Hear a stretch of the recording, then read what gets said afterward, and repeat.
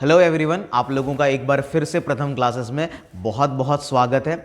जैसा कि आपको पता है, हम लोग बिहार स्पेशल बैच की एक सीरीज़ चला रहे हैं और उसमें जितने भी बिहार के अब तक के एग्ज़ाम्स हुए हैं उसमें पूछे गए सभी क्वेश्चन को सब्जेक्ट वाइज जो हम लोग यहाँ पर डिस्कस कर रहे हैं। तो हमने पॉलिटी स्टार्ट कर लिया है। आज हमारा हिस्ट्री का पहला क्लास है ये, जिसमें हम लोग लगभग हिस्ट्री के 50 to 60 क्वेश्चंस को करेंगे। ये मॉड्यूल सेट 1 है आपका, ठीक है। और आप जान ही रहे, तो बिहार के सभी परीक्षाओं में जो आधुनिक इतिहास से जो पूछे गए पर, तो हम लोग यहाँ पर आज क्या करने वाले हैं, इतिहास। और इतिहास में कौन सा, आधुनिक इतिहास है ना, यानी कि मॉडर्न हिस्ट्री जो है उसके क्वेश्चन को हम लोग यहाँ पर सॉल्व करेंगे, ठीक है। और ये क्लास आप अगर बिहार के किसी एग्जाम को टारगेट कर रहे हैं, यानी बिहार एसएससी, बिहार दरोगा, बीपीएससी, या फिर आप इस तरह के कोई भी एग्जाम, बिहार के एग्जाम को टारगेट करें, बिहार टीचर के एग्जाम को, तो ये क्लास आपके लिए बहुत बहुत हेल्पफुल होने वाला है। तो जो लोग चैनल पे नए हैं, चैनल को सब्सक्राइब कर लीजिए, वीडियो को लाइक कर दीजिएगा और वीडियो खत्म होने के बाद वीडियो को शेयर जरूर कर दीजिएगा। तो क्लास में बने रहिए। जल्दी से हम लोग क्लास को स्टार्ट करते हैं और आज के सारे क्वेश्चंस को हम लोग एक एक करके डिस्कस करते हैं। पहले क्वेश्चन की तरफ आते हैं। हमारा पहला सवाल क्या है? अच्छा, एक चीज, ये सारे ही जो क्वेश्चंस हैं इसके जो पीडीएफ हैं वो आपको मिल जाएंगे। हमारा टेलीग्राम चैनल ज्वाइन कर लीजिए, प्रथम क्लासेस के नाम से है, उसको ज्वाइन कर लीजिए। लिंक डिस्क्रिप्शन में आपको मिल जाएगा वीडियो के। चलिए शुरू करते हैं सवाल। तो पहला सवाल क्या है कि आर्य समाजी निम्नलिखित में से किसके जड़ तक पहुंचे थे? मतलब इनमें से कौन से टॉपिक है जिसकी जड़ तक पहुंचे थे आर्य समाजी? आपको याद होगा आर्य समाज जिसकी स्थापना 1875 में हुई थी, है ना। आर्य समाज की स्थापना कब हुई थी? 1875, है ना। 1875 में आर्य समाज की स्थापना हुई, है ना। किसने की थी? दयानंद, स्वामी दयानंद सरस्वती, है ना, सबको पता होगा। स्वामी दयानंद सरस्वती ने जो है, दयानंद सरस्वती के द्वारा आर्य समाज की, है ना, स्थापना हुई, ठीक है। ये आर्य समाज जो है, ठीक है, ये आर्य समाजी इन्होंने किसको है, देखिए आर्य समाज ने खास करके समाज में जो कुरीतियां थी, है ना, उसको टारगेट किया, है ना। धर्म को लेकर के दो चीजें, एक तो समाज में जो जाति के आधार पर भेदभाव था, है ना, जाति लिंग के आधार पर जो खास करके जातीय भेदभाव, जिसमें छुआछूत एक सबसे बड़ी समस्या थी, उसको, और इसके अलावा जो धर्म को लेकर के अंधविश्वास था, उन जैसे विषयों को टारगेट किया, है ना, और उसमें बदलाव लाए, ठीक है। तो यहां पर क्या हो जाएगा, तो ये इनमें से विषय अगर देखेंगे तो ये हो जाएगा हमारा हरिजन। यहां पर कौन सा विषय हो जाएगा? यहां हो जाएगा हरिजन। क्लियर हो रहा है? क्या हो जाएगा हमारा? हरिजन। ये आर्य समाजी निम्नलिखित में से किसकी जड़ तक पहुंचे थे? तो वो हरिजन की। बात समझ में आ रही है? चलिए, आर्य समाज की स्थापना हमने देख लिया, याद रखिएगा कब हुआ था? 1875, 1875 में दयानंद सरस्वती जी ने की थी, ठीक है। आप जो डीएवी स्कूल देख रहे हो उसी का एक इनिशिएटिव था। ब्राह्मणों के आधिपत्य के विरुद्ध निम्न जातियों के हित के लिए किया गया सर्वप्रथम आंदोलन था। यानी कि जो निम्न जाति, जो लोअर कास्ट थे, है ना, उनके कल्याण के लिए या उनके हित के लिए किया गया जो पहला आंदोलन था, वो कौन सा था? देखिए यहां पर आप, ये तो सोसाइटी का नाम है, लेकिन ये सोसाइटी का नाम उस आंदोलन से ही पड़ा था, ठीक है। और वो आंदोलन है आपका सत्यशोधक समाज। और ये सत्यशोधक समाज जिसकी स्थापना जो है 1873 में की थी। किसने की थी? आपने इनका नाम भी सुना होगा, वो थे ज्योतिबा फुले, है ना, ज्योतिबा फुले, है ना, ज्योतिबा फुले। और आपने सावित्रीबाई फुले का नाम तो जरूर सुना होगा, है ना। ज्योतिबा फुले और इन्हीं की पत्नी थी सावित्रीबाई फुले। तो 1873 में ज्योतिबा फुले ने क्या किया? सत्यशोधक समाज की स्थापना की, है ना। ये समाज, ये सोसाइटी जो है, ये गरीबों, अछूतों, महिलाओं, उन सभी के कल्याण के लिए, उन सभी के कहिए विकास के लिए काम करती थी, ठीक है। आपको ज्योतिबा फुले के बारे में ये भी पता होगा कि महिला शिक्षा के लिए इन्होंने बहुत कार्य किया। देश में पहला जो महिलाओं को शिक्षित करने के लिए देश में पहला स्कूल इन्होंने ही स्टार्ट किया था। और है ना, उन्होंने अपनी पत्नी को पढ़ा करके, सावित्रीबाई फुले को पढ़ा करके जो है उसका, उस स्कूल की जो है शिक्षिका उनको नियुक्त किया था, ठीक है। तो उन्होंने महिला विकास में या महिला के शिक्षा के विकास में बहुत बड़ा योगदान दिया। इसके अलावा जो जो अछूत थे, ठीक है, जो छुआछूत का शिकार जो लोग थे, ठीक है, जो गरीब थे, उनके कल्याण के लिए भी कई सारे कार्य किए, ठीक है। तो सत्यशोधक समाज 1873 ईस्वी में ज्योतिबा फुले के द्वारा स्थापित किया गया था, ठीक है। चलिए आगे बढ़ते हैं। गांधी जी ने अपना प्रथम असहयोग आंदोलन निलंबित किया, क्यों किया भाई, है ना। देखिए असहयोग आंदोलन आपको पता होगा, है ना, कि देखिए असहयोग आंदोलन की शुरुआत जो है वैसे तो 1920s में हुई, है ना, लेकिन ये प्रॉपर जो है वो जनवरी 1921 से, अगर देखें कि असहयोग आंदोलन प्रॉपर जो शुरू हुआ था वो जनवरी, है ना, जनवरी 1921 में हुआ। लेकिन दुर्भाग्यवश ये फरवरी है ना, फरवरी 2022 में है ना, सॉरी 2022 नहीं भाई, 1922 है ना, तो फरवरी 1922 में जो है ये स्थगित कर दिया गया, ये वापस ले लिया गया। ये महात्मा गांधी के नेतृत्व में किया गया सबसे बड़ा आंदोलन था, और दुर्भाग्यवश ये आंदोलन जो है महात्मा गांधी को स्थगित करना पड़ा, क्योंकि ये आंदोलन जो है अचानक एकाएक जो है वॉयलेंट हो गया था, है ना, हिंसात्मक हो गया था। तो इसका आंसर क्या होगा, यह है ना एकाएक हिंसात्मक। क्या हुआ था हिंसात्मक? देखिए, आपने सुना होगा, अगर आपने थोड़ा बहुत भी हिस्ट्री पढ़ा है, आपने चौड़ी है ना, आपने क्लास 9th में है ना, क्लास 10th में भी इसके बारे में पढ़ा होगा, बिहार बोर्ड में क्लास 10th की बुक में इसके बारे में दिया हुआ है ना, चौड़ी चौड़ा है ना, तो चौड़ी चौड़ा है ना घटना। चौड़ी चौरा दरअसल क्या है ना, गोरखपुर में एक जगह है। वैसे तो ये बहुत साधारण सी जगह थी, लेकिन इस घटना के बाद बहुत फेमस हो गई। तो चौड़ी चौड़ा की घटना जो है ना, फरवरी 1922 में भी हुआ क्या था, बेसिकली जो असहयोग आंदोलन के जो सत्याग्रही थे है ना, उन्होंने गुस्से में आकर बेसिकली क्या हुआ था कि एक पुलिस स्टेशन को आग लगा दी, जिसमें 22 पुलिस वाले जो है ना, वो जल करके मर गए थे। ठीक है, देखिए इसके पीछे कारण ये था कि सत्याग्रही जो सत्याग्रह कर रहे थे, उन पर पुलिस ने लाठीचार्ज पहले किया था और कुछ लोगों को गिरफ्तार कर लिया था। जब लोग पुलिस थाने के पास है ना प्रदर्शन के लिए गए, तो उन पर फायरिंग कर दी, इसमें 3 लोग मारे गए थे। ठीक है, और इसके बाद जो है भीड़ उग्र हो गई और उन्होंने पूरे पुलिस स्टेशन को जो है आग लगा दिया, जिससे 22 पुलिस वालों की जलकर मृत्यु हो गई। और इस घटना से गांधी जी बहुत है ना आहत हो गए। ठीक है, उन्हें ये लगा कि उन्होंने तो वो तो भाई आपको पता है कि सत्य और अहिंसा के पाथ पर चलने वाले व्यक्ति हैं, है ना, और ये इतनी बड़ी हिंसा हो गई। ठीक है, तो इसलिए महात्मा गांधी को ये लगा कि जो उनके सत्याग्रही हैं वो अभी तैयार नहीं है, ये कहकर के महात्मा गांधी ने इसको वापस ले लिया था। इसके बाद महात्मा गांधी को जेल भी हो गई थी। ठीक है, खैर चलिए आगे बढ़े, तो ये सब चीजें आपको पता होनी चाहिए। ठीक है, आगे बढ़ते हैं अगले सवाल की तरफ। इनकलाब जिंदाबाद का नारा किसने दिया था? अब ये क्वेश्चन थोड़ा कंफ्यूजिंग हो सकता है, ऑप्शन क्या है। देखिए, इनकलाब जिंदाबाद जब हम नारे की बात करते हैं, ये दिया था मोहम्मद इकबाल ने। ठीक है, ये किसने दिया था? ये नारा जो है ये लिखा था, कहिए है ना, ये किसने? मोहम्मद इकबाल ने। लेकिन इस नारे का प्रयोग जो किया व्यापक स्तर पर, वो किया था भगत सिंह, है ना। और ये आंसर जो आपका लिया गया था है ना, वो भगत सिंह लिया था, मोहम्मद इकबाल नहीं लिया गया था बिहार के इस एग्जाम में, है ना। तो ये लिया गया था भगत सिंह, क्योंकि इस नारे को प्रचलित किया है ना, किसने किया? प्रचलित किया था इनकलाब जिंदाबाद, है ना, वो भगत सिंह ने किया था। ठीक है, बात समझ में आ रही है, क्लियर है? चलिए आगे बढ़ते हैं। तो इनकलाब जिंदाबाद का नारा जो है ये भगत सिंह और मोहम्मद इकबाल दोनों से संबंधित है, तो ये आप ध्यान में रखेंगे। भगत सिंह को वैसे लिया गया था इसमें। सॉरी। स्वतंत्र भारत के पहले शिक्षा मंत्री क्या थे? ये तो बहुत आसान और कई बार पूछा हुआ सवाल है, वो है अबुल कलाम आजाद, है ना। अबुल कलाम आजाद जो है वो है ना स्वतंत्र भारत के पहले है ना एजुकेशन मिनिस्टर, पहले शिक्षा मंत्री हैं, ये आपको पता होना चाहिए। चलिए आगे बढ़ते हैं, आगे अगले सवाल की तरफ देखते हैं, है ना।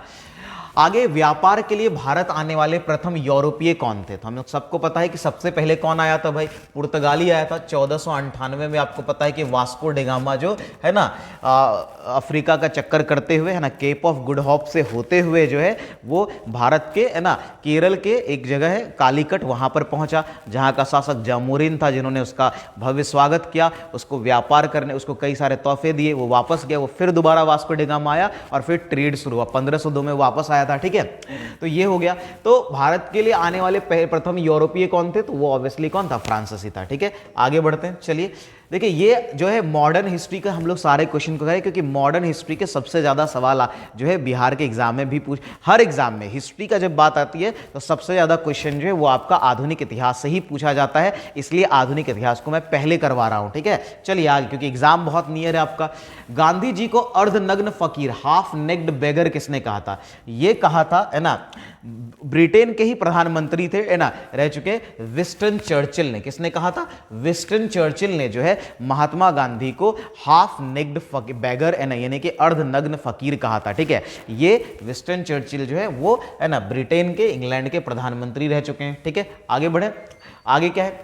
भारत कोकिला किनको कहा जाता है? आप जानते हैं ये कौन है? सरोजिनी नायडू। सरोजिनी नायडू के बारे में कई सारे सवाल पूछ ले आते हैं, है ना। ये भारत की है ना क्या है, पहली राज्यपाल है। इसके अलावा है ना ये पहली भारतीय है ना कांग्रेस अध्यक्ष है, मगर पहली भारतीय महिला कांग्रेस अध्यक्ष बेसिकली कहिए ये बनी थी, है ना। इनकी कई सारी किताबें एग्जाम में पूछ ली जाती हैं, तो आप सरोजिनी नायडू के बारे में जरूर पढ़िए। जो इंपॉर्टेंट पर्सनैलिटी है, मैं बहुत जल्दी एक वीडियो लाऊंगा जिसमें इंपॉर्टेंट पर्सनैलिटी से जो क्वेश्चन एग्जाम पूछे जाते हैं वो आपको बताऊंगा, ठीक है। तो खैर यहां पर हो जाएगा भारत की कोकिला, है ना, या फिर भारत कोकिला, नाइटिंगेल ऑफ इंडिया किसको कहा जाता है, सरोजिनी नायडू का कहा जाता है, ठीक है। आगे बढ़ते हैं, है ना। अभी इनसे रिलेटेड क्वेश्चन आपको यहां भी दिखेगा। कानपुर 1857 की क्रांति का नेता कौन था, ठीक है। देखिए कानपुर में 1857 की क्रांति की जब हम लोग बात करते हैं, है ना, तो इसके नेता कौन थे आप लोग बताइएगा, है ना।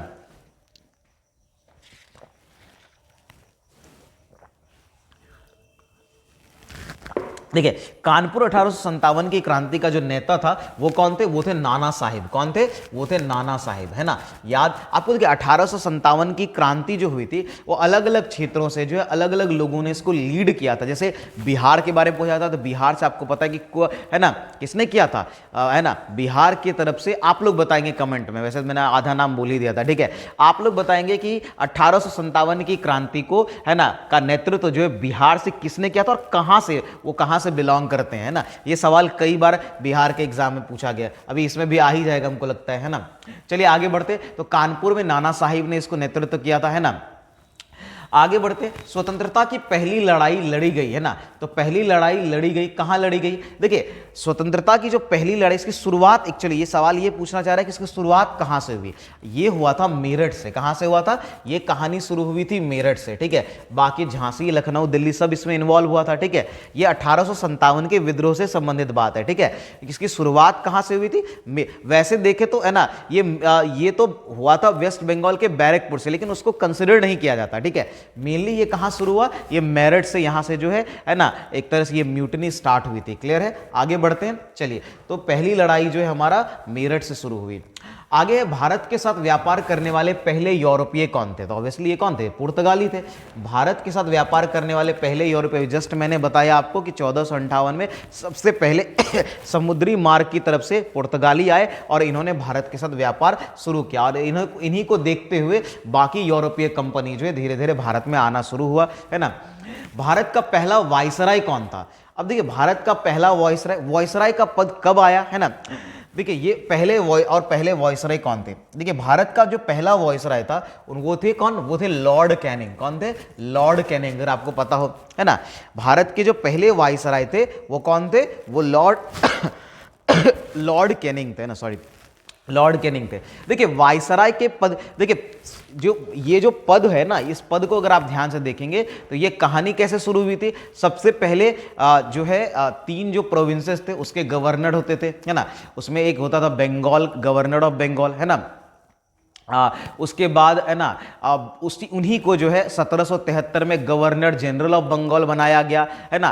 फिर उसको, है ना, गवर्नर जनरल ऑफ इंडिया बनाया गया, और फिर 1857 का जो विद्रोह हुआ उसके बाद आपको पता है कि जो पावर है ईस्ट इंडिया कंपनी के हाथों से लेकर के किसको दे दिया गया, ब्रिटिश क्राउन के हाथ में दे दिया गया, यानी कि ब्रिटिश क्राउन के डायरेक्ट कंट्रोल में दे दिया गया। और ब्रिटिश क्राउन जो है ना इंडिया में अपने शासन की देखरेख के लिए जो पद बनाया वो पद वायसराय कहलाता है, ठीक है।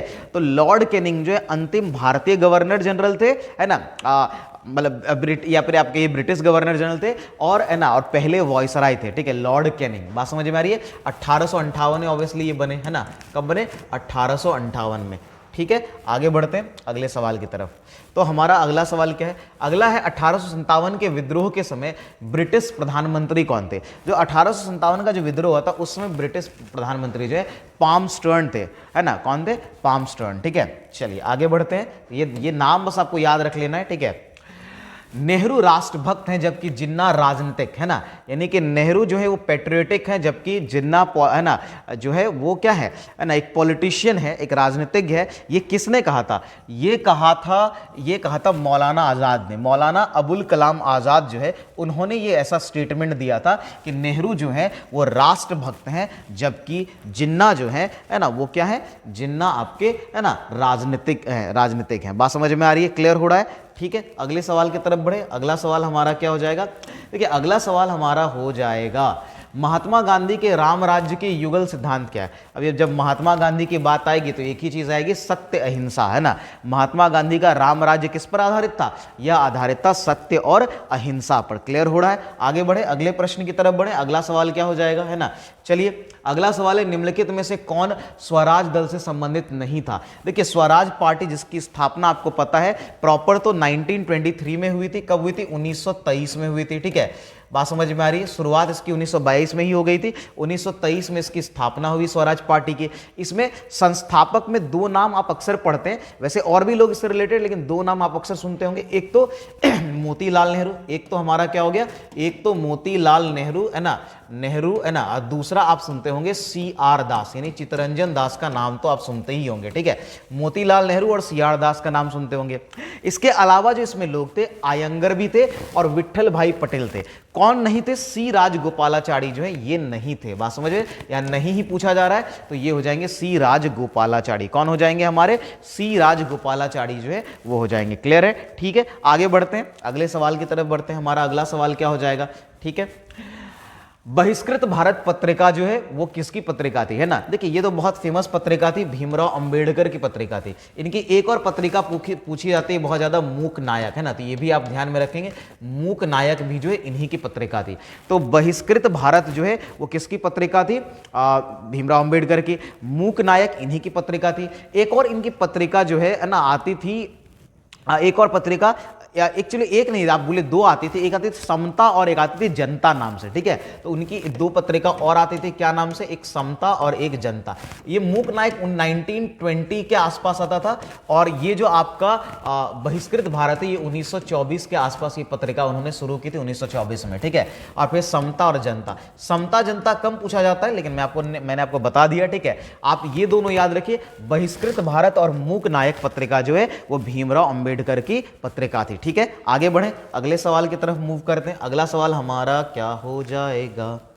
अगला सवाल हमारा हो जाएगा, हिंदुस्तान सोशलिस्ट रिपब्लिकन एसोसिएशन, यानी जिसको हम लोग HRN, एक सेकेंड सॉरी, जिसको हम लोग क्या बोलते हैं, है ना, तो HSR, है ना, ठीक है, जिसको हिंदुस्तान सोशलिस्ट रिपब्लिक एसोसिएशन बोलते हैं। इसकी स्थापना किसने की थी? देखिए इसकी स्थापना ये यहां पर जो देख रहे हैं, देखिए भगत सिंह इसके मेंबर थे, लेकिन वो संस्थापक में से नहीं थे। ठीक है, वो थे, इसकी स्थापना किसने की थी? चंद्रशेखर आजाद, है ना।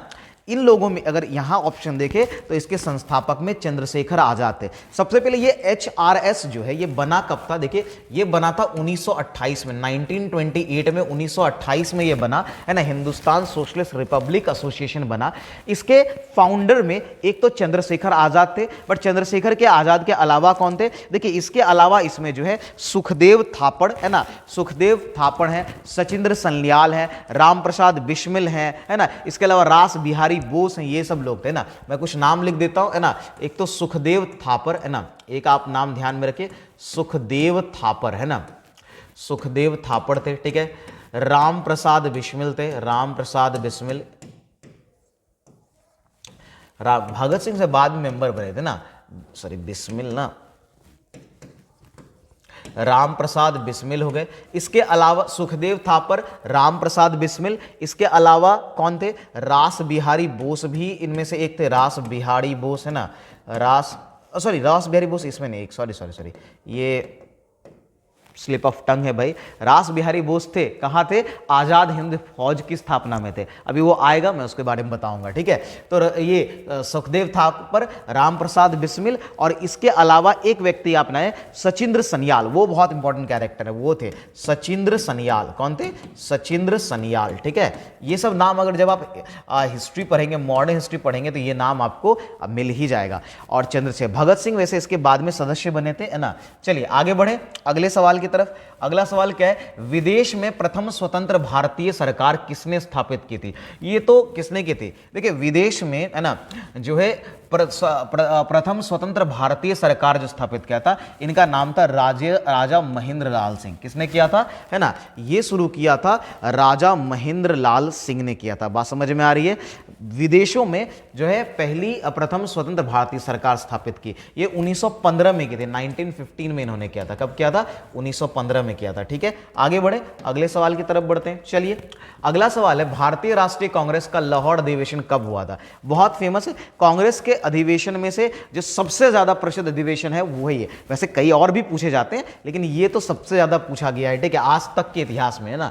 1929, है ना, लाहौर सेशन हुआ था 1929 में। किसने अध्यक्षता की थी? अध्यक्षता, अगर इस सेशन की बात करें या लाहौर अधिवेशन की अगर मैं बात करूं, इसकी अध्यक्षता, है ना, अध्यक्षता पे भी अक्सर पूछा जाता है, तो वो थे हमारे चाचा नेहरू, यानी जवाहरलाल नेहरू। ठीक है, चाचा नेहरू, है ना, तो जवाहरलाल नेहरू, उन्होंने इसकी अध्यक्षता की। ठीक है, ये अधिवेशन बहुत खास है, क्यों? क्योंकि इसी अधिवेशन में पूर्ण स्वराज की मांग की गई थी, है ना, पूर्ण स्वराज की, है ना, स्वराज की मांग की गई थी, स्वराज की मांग की गई थी। ठीक है, इसके अलावा, है ना, इसी अधिवेशन में ये निर्णय लिया गया था, है ना, क्या, झंडा फहराने को लेकर के, रावी नदी के तट पर जो झंडा फहराया गया था, आपको पता है, और जो है आज़ादी, है ना, एक तरह से खुद को आज़ाद डिक्लेयर किया गया था, स्वतंत्र घोषित किया गया था। ठीक है, तो पहली बार जो झंडा फहराया गया था रावी नदी के तट पर 26 जनवरी के दिन फहराया गया था, है ना, 1930 में, उसकी घोषणा इसी 1929 के, है ना, लाहौर अधिवेशन में की गई थी। इसके अलावा पूर्ण स्वराज की मांग की गई। ठीक है, और इसकी अध्यक्षता किसने की थी? चाचा नेहरू, यानी कि जवाहरलाल नेहरू ने की थी। याद रहेगा, ये सारी बातें इसमें आप ध्यान में रख सकते हैं। ठीक है, आगे बढ़ते हैं, बहुत इंपॉर्टेंट है ये। ठीक है, चलिए, अब एक कांग्रेस ने किस एकमात्र गोलमेज सम्मेलन में भाग लिया? देखिए, कांग्रेस जो है, और कांग्रेस की तरफ से महात्मा गांधी ने भाग लिया था, और वो था आपका द्वितीय गोलमेज सम्मेलन। देखिए, गोलमेज सम्मेलन की जब आप बात करते हैं ना, 1930 में शुरू हुआ और 1932 मतलब है ना 1932 तक चला ये। ठीक है, जिसमें 3 गोलमेज सम्मेलन है, जिसको राउंड टेबल कॉन्फ्रेंस हम लोग बोलते हैं ना। 3 गोलमेज सम्मेलन में, इन 3 गोलमेज सम्मेलन में महात्मा गांधी ने एक गोलमेज सम्मेलन में पार्टिसिपेट करने के लिए वो कन्विंस हुए थे, क्योंकि उस समय आपको पता होगा कि यहां पर चल रहा था सविनय अवज्ञा आंदोलन, यानी सिविल डिसओबीडियंस मूवमेंट चल रहा था भारत के अंदर। ठीक है, फिर महात्मा गांधी और लॉर्ड इरविन के बीच एक समझौता हुआ था, जिसको गांधी इरविन पैक्ट कहते हैं, 1931 में हुआ। और इसी पैक्ट के बाद, मैं इतनी बातें लिखूंगा नहीं, बता दे रहा हूं, आप लोग वीडियो को रोक करके आप पॉइंट को नोट कर सकते हैं। तो इसी समय गांधी इरविन पैक्ट 1931 में साइन हुआ। इसके बाद महात्मा गांधी तैयार हो गए गोलमेज सम्मेलन में जाने के लिए। महात्मा गांधी गोलमेज सम्मेलन में गए, पर उनको बहुत निराशा हाथ लगी, और वो वापस आकर के उन्होंने फिर से सविनय अवज्ञा आंदोलन को शुरू कर दिया। ठीक है, तो ये छोटी सी कहानी थी, लेकिन यहां एक सवाल और बनता है जो एग्जाम में पूछे जाते हैं, और वो सवाल क्या है? वो सवाल है कि कौन से ऐसे व्यक्ति थे, 2 ऐसे व्यक्ति थे जिन्होंने तीनों ही राउंड टेबल कॉन्फ्रेंस में भाग लिया था, और वो 2 व्यक्ति कौन थे? क्या आप लोग बता सकते हैं? देखिए, वो 2 व्यक्ति जो थे, एक तो उसमें थे भीमराव अंबेडकर, और एक थे तेज बहादुर सप्रू, है ना। तो ये नाम आप जरूर, ये मैं आपके लिए लिख देता हूं, है ना। तीनों गोलमेज सम्मेलन में, है ना, तीनों सम्मेलन की बात हो रही है ना, तीनों सम्मेलन में भाग लेने वाले, है ना, सम्मेलन में भाग लिया था। किसने लिया था तीनों सम्मेलन में? और वो लिया था B.R. अंबेडकर, है ना, B.R. अंबेडकर, है ना, और उसके बाद तेज बहादुर सप्रू, है ना, तेज बहादुर। इससे क्वेश्चन पूछा जाता है और कई बार पूछा गया, सप्रू। ठीक है, चलिए, तो याद रहेगा, ये था हमारा, है ना, कि कांग्रेस के किस एकमात्र गोलमेज सम्मेलन में कांग्रेस ने भाग लिया था, तो वो आपका था गोलमेज सम्मेलन जो है दूसरा। ठीक है, आगे बढ़ते हैं, ये सारे पॉइंट्स आप क्लियर कर लीजिए। ठीक है, ये आपको इस यहां से बहुत सारे क्वेश्चंस बनते हैं। निम्नलिखित में से कौन उग्रपंथी नहीं थे? उग्रपंथी, जिसको हम लोग, है ना, रेडिकलिस्ट भी बोलते हैं, रेवोल्यूशनरी भी बोलते हैं। देखिए, बाल गंगाधर तिलक, ये तो बहुत बड़े रेवोल्यूशनरी थे, है ना। आपने लाल बाल पाल का नाम सुना होगा। ठीक है, एक ट्रायो था जिसको लाल बाल पाल कहा जाता था, है ना। ये एक ट्रायो था, उग्रवाद, मतलब ये रेवोल्यूशनरीज का एक ट्रायो था, बहुत फेमस हुआ था, है ना। और वो कौन थे? लाला लाजपत राय, बाल गंगाधर तिलक और बिपिन चंद्र पॉल। तो लाल बाल पाल जो ये ट्रायो है, ये बहुत फेमस हुआ था। तो ये तो जो है रेवोल्यूशनरीज थे। मदन लाल ढिंगरा, ये खुद बहुत बड़े रेवोल्यूशनरीज थे। उधम सिंह, अब उधम सिंह को बारे आप जानते होंगे। अच्छा, कितने लोग उधम सिंह के बारे में जानते हैं? आप लोग कमेंट जरूर करिएगा, है ना। देखिए, उधम सिंह की अगर मैं बात करूं, तो ये वही व्यक्ति है उधम सिंह। अभी सरदार उधम सिंह एक फिल्म भी आई थी, है ना, विकी कौशल की, जिसके लिए उनको अवार्ड्स भी से सम्मानित किया गया था। उधम सिंह वही व्यक्ति है जिसने किस चीज का बदला लिया था? जो आपका अमृतसर में हुआ था, है ना, जालियांवाला बाग हत्याकांड, उसी का बदला लिया था, है ना, इंग्लैंड में जाकर के, और वो थे सरदार उधम सिंह, है ना। और इस पर एक मूवी भी बनी है, आप लोग मूवी भी देख सकते हैं, है ना। खैर चलिए आगे बढ़ते हैं। तो गोपाल कृष्ण गोखले गांधी जी के राजनीतिक गुरु, है ना, याद होगा अगर इनका नाम। जो गोपाल कृष्ण गोखले हैं, ये बिल्कुल भी, है ना, जो है रेवोल्यूशनरी नहीं थे, ये नरमपंथी थे, है ना, ये उग्रपंथी नहीं थे, ये नरमपंथी। आपको पता, अच्छा एक चीज और भी, एक सवाल ये भी पूछा जाता है कि गरम दल और नरम दल जो है वो कब अलग हुआ था? तो कांग्रेस में दो दल बन गए थे, ठीक है, गरम दल और नरम दल, यानी ये जिसकी गरम दल उसको उग्रपंथी कहा गया, और नरम दल जो नरमपंथी, है ना, जो है जो मॉडरिस्ट थे, है ना, उनको कहा गया, ठीक है। तो ये था सूरत अधिवेशन, कांग्रेस का सूरत अधिवेशन 1907, जिसमें कांग्रेस के अंदर एक तरह से कहीं ना कहीं विभाजन हो गया गरम दल और नरम दल का। खैर बाद में ये 1916 में मिल गए थे लखनऊ अधिवेशन में, लेकिन ये एक जो है एक तरह से कहे कि विभाजन हो गया था, एक फूट पड़ गई थी, ठीक है। तो गोपाल कृष्ण गोखले जो है वो बिल्कुल ही रेवोल्यूशनरी नहीं थे, बहुत नरम दल के आदमी थे। देखिए गोपाल कृष्ण गोखले एकमात्र नहीं थे, है ना, इसके अलावा इनके साथ जो कुछ लोग थे, दादा भाई नेरोजी थे, एमजी रानाडे थे, फिरोज शाह थे, ठीक है, मेहता थे, ये लोग जो हैं ये लोग नरम दल के नेता थे, ठीक है। और गरम दल के नेता थे मैंने बताया, बाल गंगाधर तिलक, लाला लाजपत राय, बिपिन चंद्र पॉल, है ना, इधर मदन लाल ढिंगरा, है ना, उधम सिंह तो खैर बाद में आए। कल चलिए आगे बढ़ते हैं। तो अगला सवाल क्या है? मुस्लिम लीग ने भारत विभाजन की मांग सबसे पहले कब की थी? भाई इन्होंने की थी 1940 में। कब की थी? है ना, 1940 में, ठीक है। 1940 में जो है मुस्लिम लीग ने भारत विभाजन की मांग की थी। आगे बढ़े अगले सवाल की तरफ, है ना। अगला सवाल है आजाद हिंद फौज की स्थापना किसने की? देखिए आजाद हिंद फौज की स्थापना अक्सर लोग गलत करते हैं, सुभाष चंद्र बोस मार के आते हैं। इवन मैंने कई बच्चों के कई सारे बुक्स में, है ना, देखा है कि वहां पर ये लिख दिया है कि आजाद हिंद फौज की स्थापना जो है वो किसने की है, वो लिखा हुआ है कि सुभाष चंद्र बोस ने की है। ये बिल्कुल गलत है। देखिए आजाद हिंद फौज की स्थापना जो असल में हुई थी वो 1942 में हुई थी, है ना, और इसको मोहन सिंह ने किया था। किसने किया था? मोहन सिंह ने किया था, ठीक है। और बाद में 1943 में जो है सुभाष चंद्र बोस ने इसकी कमान संभाली थी, ठीक है ना। तो यहां पर इसका आंसर तो इनमें से कोई नहीं हो जाएगा, है ना, क्लियर है। और सुभाष चंद्र बोस ने 1942 में। अच्छा इसकी स्थापना में एक और व्यक्ति आप ध्यान में रख सकते हैं, एक तो मोहन सिंह थे, इसके स्थापना में एक व्यक्ति रास बिहारी बोस का भी बहुत बड़ा योगदान है ना, रास बिहारी बोस जो है ना, तभी वहां पर गलती से मेरे मुंह में नाम आ गया, ठीक है। तो है ना रास बिहारी बोस जो है वो भी इसके संस्थापक में से एक थे, ठीक है, उनका बहुत बड़ा योगदान था। आगे बढ़े, चलिए अगले सवाल की तरफ बढ़ते हैं। अगला सवाल क्या है? अगला सवाल है कुंवर सिंह 1857 में विद्रोह के एक प्रमुख नायक थे, वह कहां से? देखिए ये सवाल मैंने आपसे पूछा ही था, ठीक है भाई। बिहार से एकमात्र व्यक्ति जो है वो कौन थे? कुंवर सिंह, है ना। और कहां से थे अब ये आपको बताना है ना। तो कहां से थे, कौन से जिले से और कौन से क्षेत्र से थे, ये आप बताएंगे। बिहार में, सॉरी ये तो अगला क्वेश्चन हो गया, एक सेकेंड, है ना। हाँ सॉरी क्या हो रहा, सॉरी।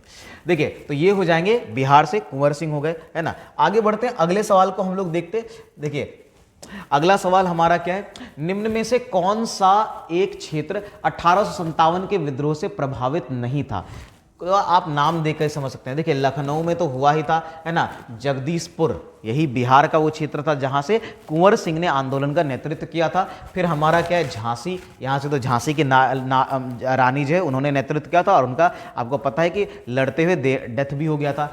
चित्तौड़, है ना, चित्तौड़ जो है ना, ये इससे बिल्कुल भी, है ना, प्रभावित नहीं था। आपको पता है कि ये राजस्थान वाला क्षेत्र है, तो यहाँ इस तरह के कोई आंदोलन हुआ नहीं था, ठीक है। आगे बढ़े अगले सवाल की तरफ। कौन सा फेबियन आंदोलन का प्रस्तावक था? ठीक है, देखिए फेबियन आंदोलन की जब हम बात करते हैं, इसके प्रस्तावक में से एक थे कौन? Annie Besant. जब हम फेबियन आंदोलन की बात करते हैं, ठीक है, तो इसमें एक चीज आप थोड़ा सा ध्यान में रखेंगे। देखिए फेबियन आंदोलन एक तरह का ये ब्रिटेन का एक समाजवादी संगठन था और उसके द्वारा ये चलाया गया था। तो मतलब ये ब्रिटिश समाजवादी विचारधारा को, है ना, एक तरह से फैलाने का काम था इसमें फेबियन, है ना, आंदोलन के द्वारा। और इसके प्रस्तावक में से एक थे एनी बेसेंट। एनी बेसेंट का नाम जानते ही है ना। चलिए आगे बढ़ते हैं अगले सवाल की तरफ हमारा। क्या है कि कामागाटा मारू जो है, ठीक है, वो क्या था। देखिए कामागाटा मारू की जब हम लोग बात करते हैं, ये बहुत फेमस रहा है, ठीक है। ये कनाडा की यात्रा पर निकला हुआ एक जलपोत था, जापानी जलपोत था, जिसको वहां से घुमा दिया गया था। बात समझ में आ रही है, ठीक है। तो ये जो है कामागाटा है ना, कामागाटा मारू जो है, ये एक बेसिकली जलपोत था जो है ना कनाडा जा रहा था, है ना, और कनाडा की यात्रा पर निकला था और वहां पहुंच भी गया था, लेकिन उसको तट से ही घुमा दिया गया था, ठीक है। आगे बढ़े, अगले सवाल की तरफ बढ़ते हैं। अगला सवाल है, प्रथम विश्व युद्ध के दौरान सक्रिय होने वाले गदर क्रांतिकारियों का आधार स्थल था। देखिए गदर क्रांतिकारियों का जो आधार स्थल था वो था उत्तरी अमेरिका, यूएसए, ठीक है। और यूएसए में भी अगर मैं आपको एक चीज बताऊं, आपने गदर पार्टी सुना होगा। गदर पार्टी की स्थापना 1913 में लाला हरदयाल ने की, और ये कहां पर की थी? सैन फ्रांसिस्को, है ना, यूएसए में ही की थी। तो इसलिए जो कहा जाता है उत्तरी अमेरिका जो है वो गदर आंदोलन या क्रांतिकारियों के लिए ये एक प्रमुख जगह थी, एक आधार स्थल था, ठीक है। चलिए आगे बढ़े, अगले सवाल की तरफ देखते हैं, ठीक है। तो हमारा अगला सवाल जो है क्या हो जाएगा? अगला सवाल हमारा है क्या कि निम्नलिखित में से किसने वर्नाकुलर प्रेस एक्ट निरस्त कर दिया था? देखिए किसने निरस्त किया था? ये निरस्त किया था लॉर्ड रिपन ने, ठीक है।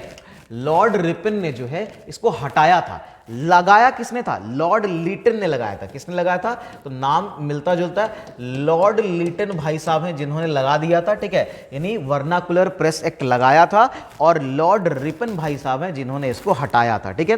अच्छा लॉर्ड लीटन ने कब लगा, अच्छा ये इसको हटाया कब गया था? ये हटाया गया था 1878 में, है ना।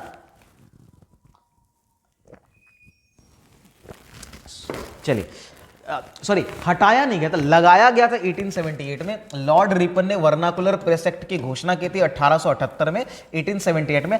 हटाया तो गया था, इन्होंने हटाया था 1882 में, 1882 में जो है इसको हटा दिया था। बात समझ में आ रही है? Vernacular press act, vernacular press act क्या है आप लोगों को पता होगा। वर्नाकुलर का मतलब होता है जो लोकल लैंग्वेज, जो लोकल लैंग्वेज है, जो अखबारें छपती थी उस पर बैन लगा दिया गया। तो क्योंकि उनका ये मानना था कि लोकल लैंग्वेज में छपने वाले अखबारें वो क्रांतिकारी अखबारें हैं, वो लोगों को सरकार के खिलाफ भड़काती है, ठीक है। चलो ठीक है आगे बढ़ते हैं। ये सारे पॉइंट्स आप लोग नोट करते जा रहे होंगे, उम्मीद है ना, नहीं तो स्क्रीनशॉट एटलीस्ट ले लीजिए। 1931 में कांग्रेस के कराची अधिवेशन में मूल अधिकारों पर प्रस्ताव का प्रारूप निम्नलिखित में से किसने बनाया था? 1931 की बात हो रही है और मूल अधिकारों पर, है ना, प्रस्ताव की बात हो रही है। ये किसने बनाया था? किसने बनाया था आप लोग बता सकते हैं, है ना। ये बनाया था, देखिए इसको बनाया था किसने? डॉक्टर राजेंद्र प्रसाद ने। किसने बनाया था? ये बनाया था डॉक्टर राजेंद्र प्रसाद ने, ठीक है। चलिए ये बनाया था किसने? डॉक्टर राजेंद्र प्रसाद ने। तो ये नाम आप ध्यान में रखेंगे कि जो कराची अधिवेशन में मूल अधिकारों पर प्रस्ताव जो है वो बनाया था डॉक्टर राजेंद्र प्रसाद ने। आगे बढ़े, अगले सवाल की तरफ बढ़ते हैं। हमारा अगला सवाल हमारा क्या हो जाएगा भाई? अगला सवाल है, किस कांग्रेस सत्र में कार्यकारी कमेटी को सविनय अवज्ञा आंदोलन प्रारंभ करने का अधिकार दिया गया था? कौन से सत्र की बात हो रही है, ठीक है, कौन से सत्र में ऐसा हुआ था? अब ये क्वेश्चन, एक दो क्वेश्चन ऐसे पूछे गए जो शायद एक नॉर्मल स्टूडेंट जो है वो थोड़ा कंफ्यूज हो जाएगा, ठीक है। और ये कब हुआ था? ये हुआ था लखनऊ सत्र में। यानी लखनऊ सत्र में क्या किया गया था, है ना, कांग्रेस के लखनऊ सत्र में जो कार्यकारी कमेटी है उसको सविनय अवज्ञा आंदोलन प्रारंभ करने का अधिकार दिया गया था। तो यह याद रखना है, लखनऊ सत्र, ठीक है। चलिए आगे बढ़ते हैं अगले प्रश्न की तरफ। अगला सवाल क्या है हमारा? अगला सवाल है, वर्ष 1939 में कांग्रेस को छोड़ने के पश्चात सुभाष चंद्र बोस ने कौन से दल की स्थापना की थी? बहुत फेमस है, उन्होंने फॉरवर्ड ब्लॉक की स्थापना की थी। क्या स्थापना की थी, है ना, वो उन्होंने स्थापना की थी फॉरवर्ड ब्लॉक की, ठीक है। तो ये ध्यान में रखना है, फॉरवर्ड ब्लॉक की स्थापना जो है सुभाष चंद्र बोस ने 1939 में किया था, ठीक है। आगे बढ़ते हैं अगले प्रश्न की तरफ। चलिए ये कई बार पूछ लेता है एग्जाम में, निम्नलिखित में से किस एक प्रदेश में 1935 ईस्वी के अधिनियम के अंतर्गत कांग्रेस की मंत्री परिषद का गठन नहीं हुआ था? कह रहा है कि 1935 में कौन से अधिनियम के अंतर्गत, 1935 के अधिनियम के अंतर्गत कांग्रेस की मंत्री परिषद का गठन कहां पर नहीं हुआ था? कौन से क्षेत्र में? ये नहीं हुआ था पंजाब में, है ना, बाकी इन तीनों क्षेत्र में हुआ था। पंजाब में जो है उसका गठन नहीं हुआ था, याद रखेंगे। आगे बढ़ते हैं, ठीक है। आगे हमारा आगे क्या है? अगला सवाल क्या है? देखिए वंदे मातरम गीत में किस विद्रोह का चित्रण किया गया? आपको पता होगा वंदे मातरम गीत जो है बंकिम चंद्र चटर्जी की लिखी हुई है ना। और आपको पता है कि इस गीत का सबसे पहले जो चर्चा है वंदे मातरम जो है ये कहां पढ़ दिया था? ये था आपका, उनकी किताब थी आनंद मठ, है ना, आनंद मठ में, ठीक है। और ये किताब जो है ये बेस्ड है किस पर, है ना, सन्यासी विद्रोह पर। किस पर है? सन्यासी विद्रोह के पर आधारित है, ठीक है। तो ये ध्यान में रखेंगे। अच्छा, ये किताब जो है ये जब हम आनंद मठ की बात करते हैं, ठीक है, तो आनंद मठ किताब जो है ना ये कब आई थी, है ना। तो आनंद मठ किताब जो है, ठीक है, आप लोग कमेंट में बताएंगे, वैसे इससे रिलेटेड आगे भी क्वेश्चन है, ठीक है, वहां पर मैं इसको डिस्कस कर दूंगा। तो आनंद मठ किताब जो है, ठीक है, वो बंकिम चंद्र चटर्जी की किताब थी जो सन्यासी विद्रोह पर बेस्ड था। और वंदे मातरम गीत की चर्चा सबसे पहले यहीं पर हुई थी, है ना। ठीक है, आगे बढ़े अगले सवाल। महात्मा गांधी को किसने सबसे पहले राष्ट्रपिता कहा था? देखिए ये 1944 में रेडियो पर कहा था सुभाष चंद्र बोस ने। किसने कहा था? सुभाष चंद्र बोस ने 1944 में, है ना, एक रेडियो प्रोग्राम में ऐसा कहा था। ठीक है, आगे बढ़ते हैं। ये आपको और भी दूसरे एग्जाम से पूछे गए। ठीक है, कूका आंदोलन से संबंधित जो है मतलब कहां से संबंधित है? देखिए कूका आंदोलन की अगर मैं बात करूं, ये इसका संबंध कौन से क्षेत्र से है? तो ये संबंध था पंजाब से। कूका आंदोलन का संबंध कहां से था? वो आपका पंजाब से था। कहां से था? पंजाब से। ये ध्यान में रखेंगे। ठीक है, आगे बढ़े। ठीक है, चलिए अगला सवाल हमारा क्या हो जाएगा? तो अगला सवाल है आपका, कह रहे कि हरिजन बंधु, है ना, हरिजन बंधु नामक पत्रिका का नाम बदल करके क्या रखा गया, है ना। हरिजन बंधु पहले पत्रिका थी, ठीक है ना, और हरिजन बंधु पत्रिका जो है इसका नाम बदल करके, है ना, क्या रखा गया था? ठीक है, तो इसका नाम बदल करके सिर्फ पहले हरिजन बंधु से इसका नाम जो है बदल करके हरिजन किया गया था। बात समझ में आ रही है? ठीक है, और आपको पता है कि ये शब्द महात्मा गांधी के द्वारा कॉइन किया गया था। ठीक है, चलिए दलितों के लिए महात्मा गांधी का चंपारण आंदोलन सफल रहा था, हुआ कब था, है ना।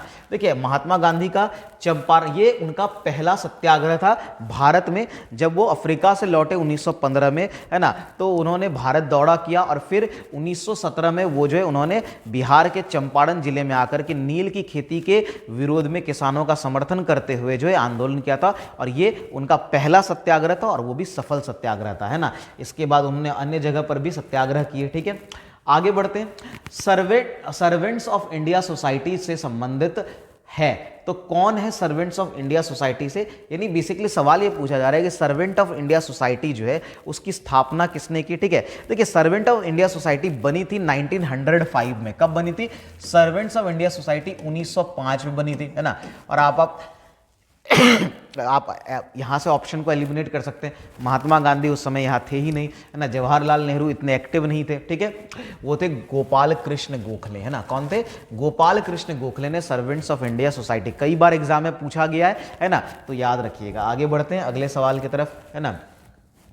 अगला सवाल है हमारा, क्या है कि 1857 के विद्रोह के समय भारत का गवर्नर जनरल कौन था? तो ये है ना अभी पहले ही आ चुका है। कौन था? वो था लॉर्ड कैनिंग, है ना। लॉर्ड डलहौजी हटा था, लॉर्ड कैनिंग हुआ, और लॉर्ड कैनिंग ही पहला वाइसराय। क्यों? क्योंकि 1857 के विद्रोह के बाद जो है ना, जो शासन है वो क्राउन के हाथ में दे दिया गया और उसका नेतृत्व कौन करेगा? यहाँ पर वाइसराय करेगा। ठीक है, और एक भारत का सचिव भी नियुक्त किया गया था। ठीक है, तो वाइसराय लॉर्ड कैनिंग बने थे। ठीक है, आगे बढ़ते हैं अगले सवाल की तरफ।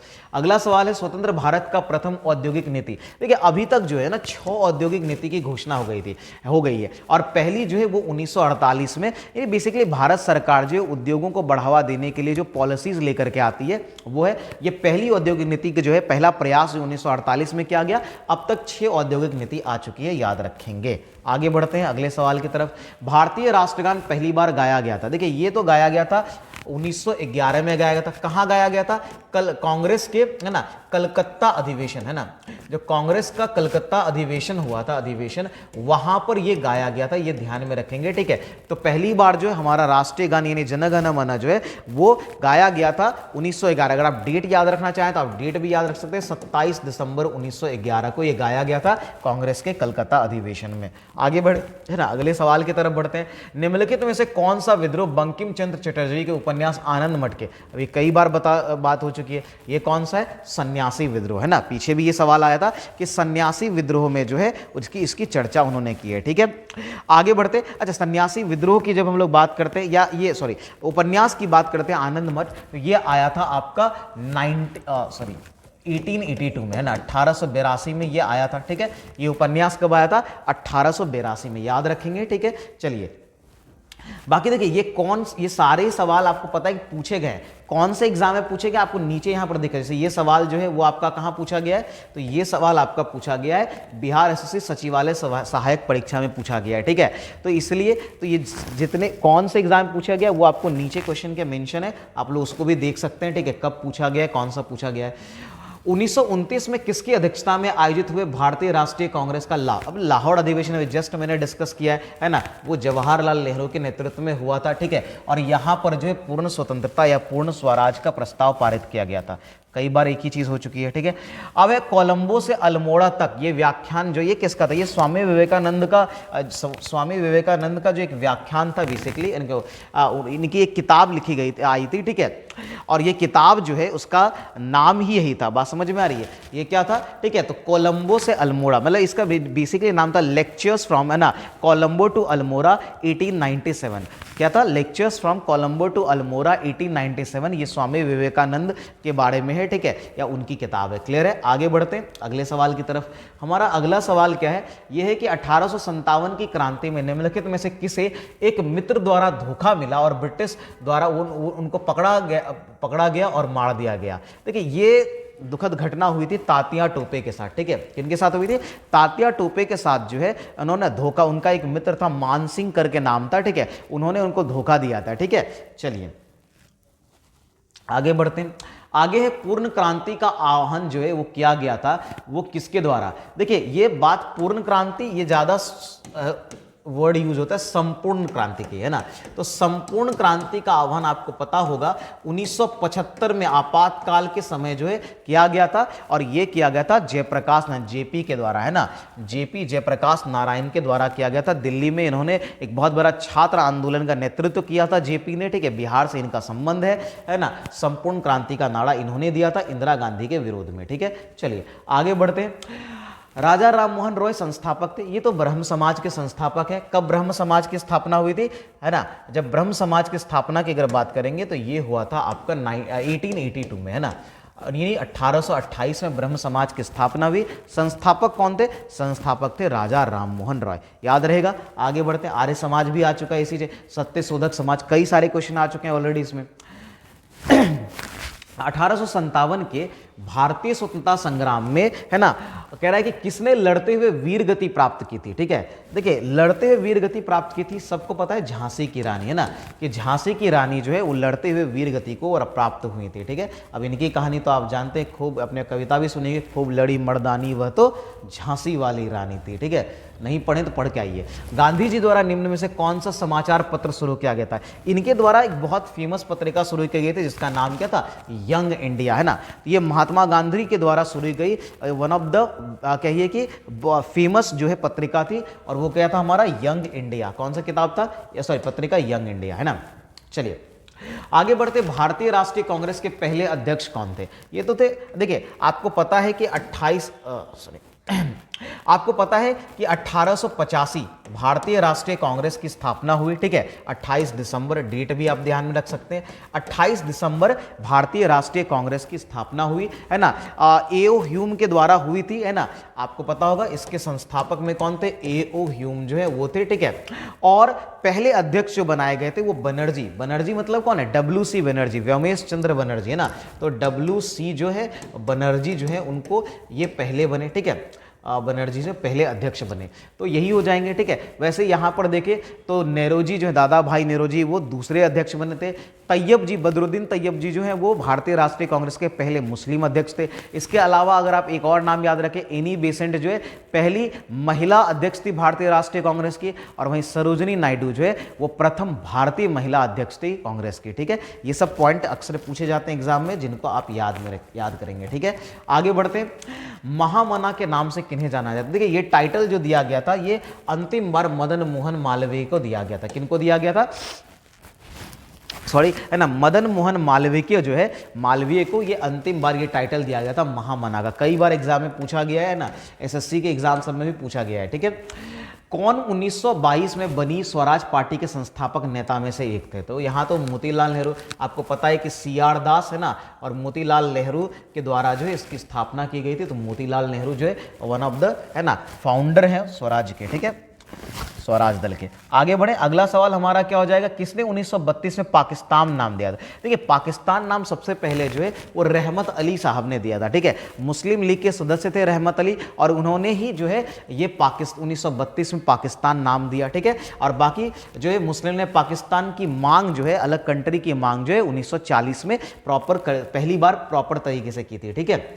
इंदिरा गांधी द्वारा राष्ट्रीय आपातकाल की घोषणा कब की? जस्ट बात मैंने इसको बताया, ठीक है, कि ये हुआ था 1975 में इंदिरा गांधी के द्वारा जो है राष्ट्रीय आपातकाल की घोषणा की। उस समय राष्ट्रपति जो है फखरुद्दीन अली अहमद थे, है ना। आपको ये बताना है कि वो कौन से नंबर के राष्ट्रपति थे, आप लोग कमेंट में बताइए, ठीक है। तो राष्ट्रीय आपातकाल की घोषणा 1975 में हुई थी, ठीक है। आगे बढ़ते हैं।